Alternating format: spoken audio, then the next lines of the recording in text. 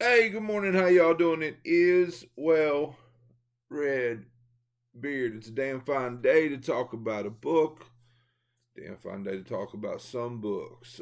This is Beard Book Talk. I think it's episode 7, and I'm just going to show you what I read, what I got, what I'm going to read. Since the last time we talked, getting through some stuff. Again, I've gone back into the Dark Tower. I'm enjoying that. I'm trying to get to the Dark Tower. I've never got there. I know it's Roland's quest, and you know it's a long journey for them. It's also going to be a long journey for me, but attempting it again. Very repetitive on this channel, but you know my story with that is I've read the first 3 books. This is the third time I've read the fourth book once, and that's as far as I've gone. So I'm making my way through the wastelands now, and then I'm going to go back into Wizard and Glass and continue to move forward, hopefully, with a goal of making it to the tower sometime in 2024. So I can't remember if I had finished the Gunslinger the last time we talked, but you know, the Gunslinger by Stephen King. Doing this, I did this. I'm doing these on audio. This is a 3-star read for me. Like even Stephen King tells you, it's you know, at the end of the drawing of the 3, it says, you know, this is a much more complete book than The Gunslinger. I mean, this is really just kind of build up for, you know, where we're going. I mean, we're chasing the man in black across this desert. You know, we meet young Jake Chambers. He appears to have died in our world, been pushed in front of a moving car, and awoken in this world, and the gunslinger has to make this choice in his pursuit of the man in black to kind of leave Jake Chambers behind, to kind of let him die a second time when this rail cart trestle thing through a mine collapses. He's got to get on after the man in black. So you know, in the famous line of you know, there are other worlds than these or whatever. So you know, Jake's coming back though. Anyway, so I like this book, but probably just 3 stars. And then of course the drawing of the 3. I made it through this one just last week. I really enjoyed this book. Really enjoyed Eddie Dean and Odetta Holmes slash Detta Walker, and those 2 characters. I mean, I really enjoy them. I do. I feel like I've said this a lot recently about like quick love in books, like you know, love. I love her. You know, we're married. I love. Man, I do feel like that. You know, I mean, not to mention you know half of Odetta slash Detta is meaner than hell, but yeah, I do feel like that whole love thing comes on a little bit too fucking quick. But what am I? I'm just an old Scrooge, I guess, when it comes to that. But anyway, really enjoyed it. Really enjoy those characters. You know, we spend most of the book on a beach. Roland, you know, starts you know pretty much right after the events of the gunslinger. He's on this beach and you know approaches the first door, and of course we get Eddie from one door, and then you know there's another door, and we get Odetta from that door, and then the last door is a little bit different. The last door you know kind of represents death, and it's actually the death of Jack Mort, who is the pusher, who is the one who pushed Jake in book 1.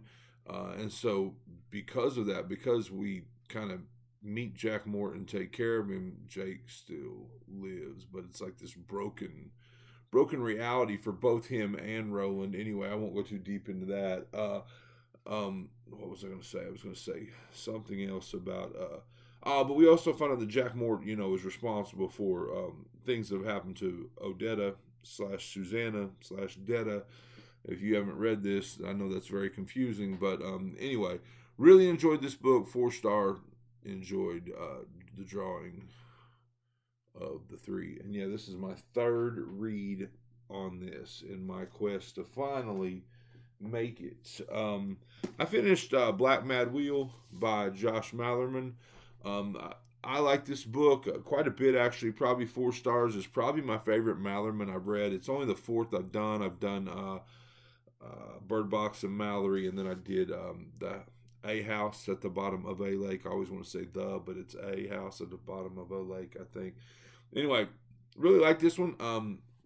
Theme here of art conquering war. Really, in my mind, I mean, there's this dude at this like military hospital. He's come in and basically every damn bone in his body is broken, and really he probably should be dead, but he's not. And they're kind of bringing him back to health for a purpose. And then we kind of flash back, and it's him, and he's in this band, and they were World War II soldiers that kind of met with some fame afterwards as a band. And there's this odd sound emitting from the desert in Africa, and they're sending these guys back in, these four bandmates, because it's a sound. Who better to understand it than musicians? They've already sent in a couple of platoons unsuccessfully, and so we're kind of flashing back to that, because that's what happens to our main character as far as the state that he's in, the broken bones. But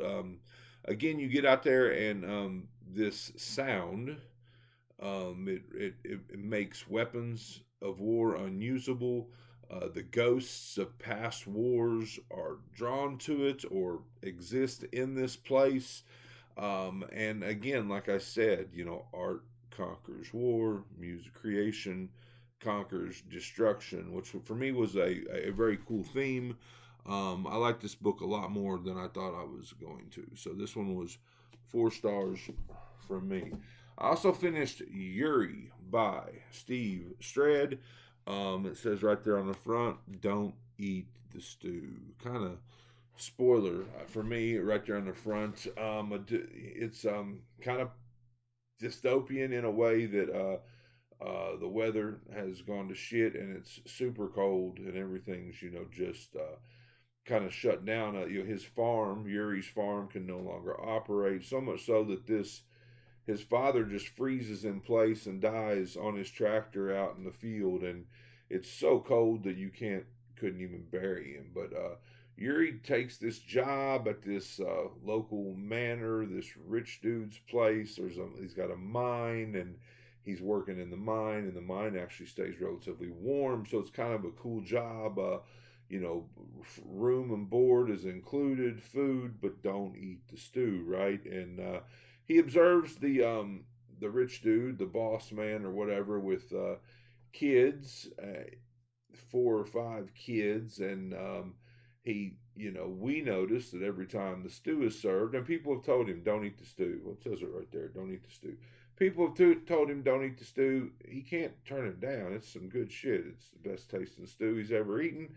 And he doesn't understand why. We understand why. I mean, I understood why, because every time the stew is served, it appears that there's one less child out there with the big boss man. And so, again, for me, it was, I guess, kind of a bit predictable.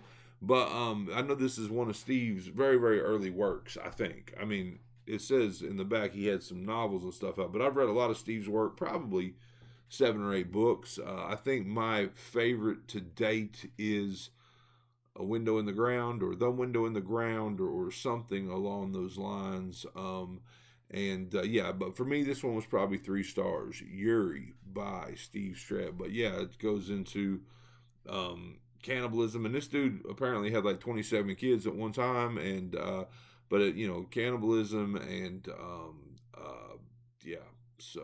and this weird idea that in sacrificing his children to the stew, that they would live forever in this house. So there's some haunting house type stuff going on here too. But Yuri by Steve Strad. Finished that one. I am slowly making my way through 19 Claws and a Blackbird by Agostina Bastarrica. I've read maybe half of it, or so, maybe 5 or 6 stories. So I'm working on that. And my next novel, again, I was doing my Ira 11 read through, but I've kind of broken away from that. I did Black Mad Wheel. Now that's Mallerman's first novel after Bird Box, is my understanding. He wrote Bird Box first, or at least published Bird Box first, and then this was the first like non-Bird Box related book that came out, and my understanding is this is the second. I think, could be wrong. Saw some mixed messages on that Goblin was second, which I've got Goblin over there, and I don't know why I haven't read it. That book Goblin is it's got like a very dynamic cover. Like I love the cover for that one. I don't know why I haven't read it yet. I'll be reading it soon. But anyway, so I've gone into Barry Carroll, and I'm digging that one. I'm probably like maybe 50 pages in, and like I said, The Wastelands. I'm probably 130 or so into The Wastelands by Stephen King, and that is all the stuff I read and the stuff that I am going to read. I haven't been buying a lot of books, but I did go to 2 half-price books, and there was some stuff that I could not leave behind. I currently did not own a copy of Swan Song, so I saw this for $3.99 and picked it up. This book is fucking amazing. It's in my top 5 all time. Definitely, it's my favorite, like, apocalyptic, post-apocalyptic book, and I mean more than The Stand by Stephen King. I love Swan Song by Robert McCammon. If you have not read it, it is a 1,000-page, roughly, book, but it is definitely worth your time, and you should check that one out. So I got that, and then again, when I go into a half-price books, I go to the collectible section first, antique collectible section, then I hit the horror paperbacks, the horror hardcovers, and then I go all the way to the back to the discount books. But in the horror paperbacks, this was sitting there. You do not see a lot of old, I guess what I would call paperbacks from hell. That's what everybody else calls them. This is The Godforsaken by Chelsea Quinn Yarbrough, and I paid $1.99 for it, so I was happy to find a few things. Found, again, I was in the middle of Yuri when I was there, and I found another Steve Strad that I do not own and had not read. I got Churn the Soil by Steve Strad. I don't know if this is a standalone or not. I need to know that. I know that he had a book, what was it called? Ritual, or it was a cult book, and I know that it was going to have sequels to it. I don't know if maybe this is one. It may not be. Anyway, but Steve Strad, Churn the Soil. Picked that up. I think I gave like $4.99 for it. Now, this book here, I've heard is wild. I missed it when it came out. Dead Inside by Chandler Morrison. I remember, I think Brad Proctor read it and reviewed it. A lot of people read this, and I don't think very many people liked it. And I don't know if, I believe that was because of the extreme nature of it, not because it was like poorly written. I'm not 100% sure on that, but it was definitely polarizing.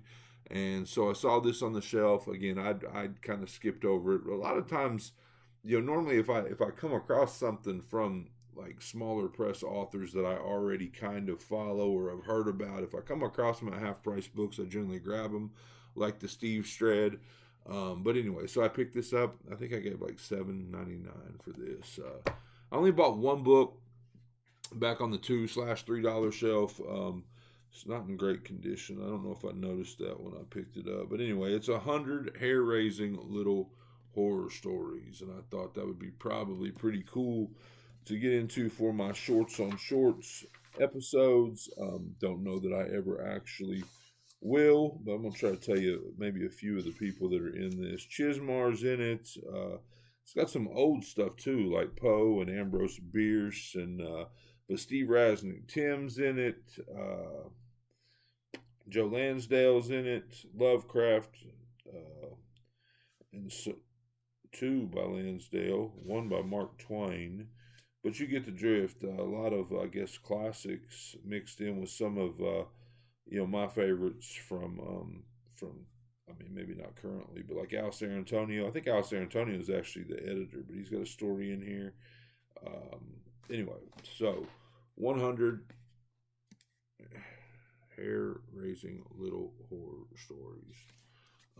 And then I got Gone South, the hardcover first edition by Robert McCammon. I've read this. I didn't have it for the shelves. I do now. And the same thing with Disappearance at Devil's Rock by Paul Tremblay. I've read this. but I did not have a copy for the show. Hold on. Anyway, so, and that is it. That's all I got at half price books. Now, I went to a Goodwill too, and bought 11 books. Again, the Goodwills I go to, most of them anyway, books are 99 cents. So I really just kind of buy anything that grabs my attention at all. Most of them are usually from my Pango store. I do sell some books on Pango. But if there's a copy of something that interests me, or a copy of something that I've already read and don't have, then of course I'm grabbing it. But I'm going to show you those really quickly. I got a book called Warriors Gray Stripes Adventure by Aaron Hunter. And honestly, if it's a graphic novel, generally for 99 cents, I'm probably grabbing it. I don't think I'll ever read this. I think I'll just take it to my Pango store. But again, 99 cents, I kind of grab a lot of stuff. I got a book, A Land More Kind Than Home by Wiley Cash. I've not read Wiley Cash.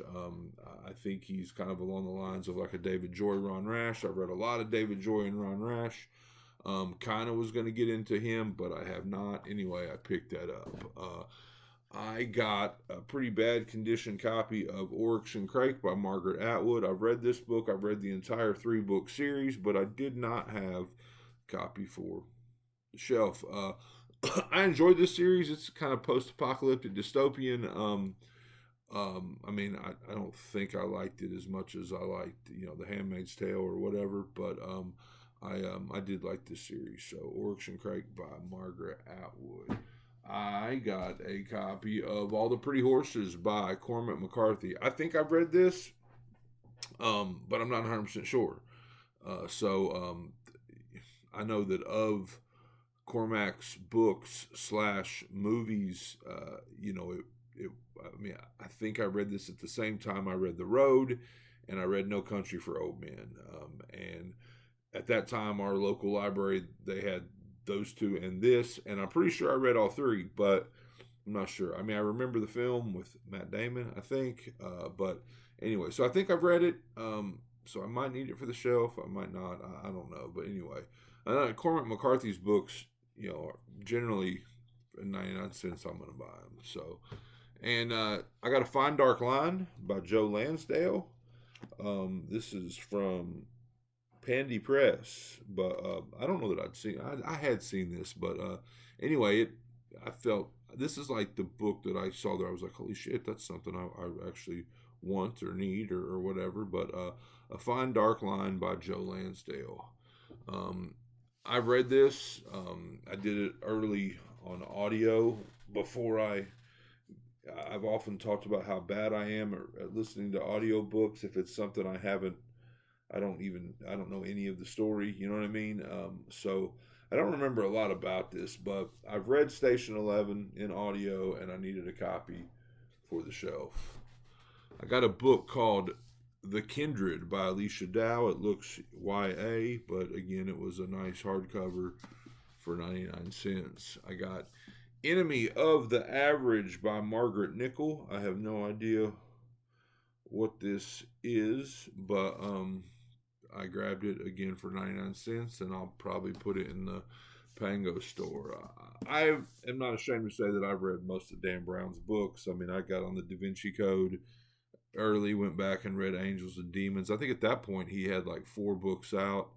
Digital Fortress was one, and there was one about the it's like Under the Ice in the Arctic or something. That might be Digital Fortress. I don't know. Anyway, I read them all, and then I kept up with the Robert Langdon stuff along the way. Anyway, The Lost Symbol, hardcover. I don't have any Dan Brown on the shelves because I've just kind of handed them to the next person or gotten rid of them. But 99 cents, I picked it up. I got Freedom by Jonathan Franzen. I have not read Franzen. I've heard that he's a hell of an author. I think I've also heard he's an asshole. I don't know. I don't really, judge those types of things, but I don't know. I heard that somewhere. I don't know, but I've had a book of his called Purity for a long time. I haven't read it, but I've heard he's a great author, but maybe not the best human being. I could be totally wrong. Tell me where I would have got that or why I have that feeling. And I got Theft by Finding Diaries. I don't know if that goes together. Theft by Finding and then Diaries, I think, 1977 and 2002 by David Sedaris. Again, it was just a nice hardcover for 99 cents, and that's pretty much it. So, yeah, that's it. That's where I'm at. That's what I'm reading. That's what I got. I mean, again, I don't think I have to add anything to my what I'm going to read stuff. I'm doing The Wastelands. I'm doing Unburied Carol. I'm doing 19 Claws and a Blackbird. I'm still like halfway through After the People Lights Go Out by Stephen Graham Jones. I was doing that one in audio, but then I got kind of locked in on the Dark Tower. But I might, finish. I'm halfway through it. I might finish that one out for Shorts on Shorts, maybe after the Wastelands. Who knows? And then I want to say there was something else that I'm kind of in the middle of reading, but I'm drawing a blank on it right now. I had like 5 books going. Anyway, this is Well Red Beard. I hope you enjoyed it. I hope you're enjoying all your books as much as I am. If not, you're reading the wrong damn books.